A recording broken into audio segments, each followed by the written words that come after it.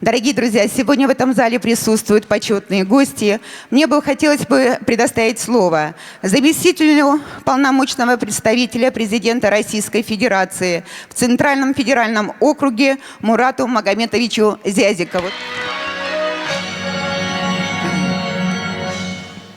Уважаемые друзья, сегодня действительно очень знаковое событие. Сегодня в Центральном федеральном округе, в культурной столице нашей страны, в Москве, проходит юбилейный концерт выдающегося войнаха, народного артиста Чеченской Республики, Ингушетии, заслуженного артиста Российской Федерации Сулеймана Токаева. Сулейман Токаев – это целая эпоха. Это человек, который объединяет людей. Очень символично, что в государствообразующем, культурообразующем, народообразующем Центральном округе, да и по всей стране, в таких же округах, которые тоже являются государствообразующим, его знают очень хорошо и уважают.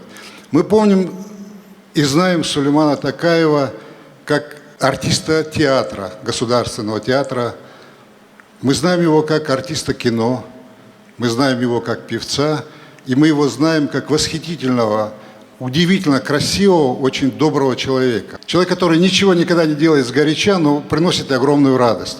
Сегодня и в Чеченской Республике очень много делается для возрождения культуры, образования, здравоохранения. Это очень большое богатство, и мы сегодня должны гордиться. Проходит время, происходит переоценка ценностей, сменяются поколения, политические деятели, но мы сегодня видим, что в нашем регионе наступил мир, и очень важно. Настоящие мужчины, они не стареют, а просто чуть-чуть взрослеют. Вот то, что произошло с ним. Я хочу пожелать ему удачи, творческих еще новых исканий. Я думаю, что это только начало. А всем вам, присутствующим здесь, хочу пожелать всего самого доброго в наступающем Новом году. Удачи вам!